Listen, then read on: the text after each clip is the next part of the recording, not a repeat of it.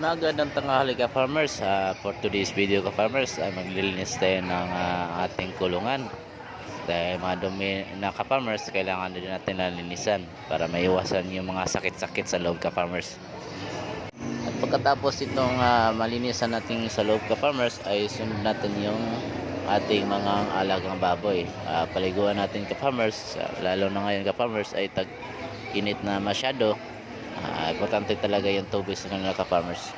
Kung naghihingal yung mga baboy nyo ka farmers ay kailangan nila ng tubig ka farmers.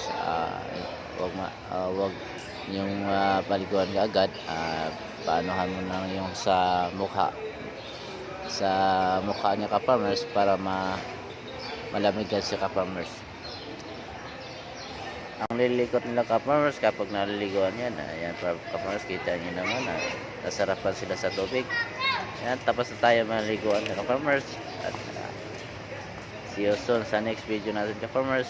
Bye bye.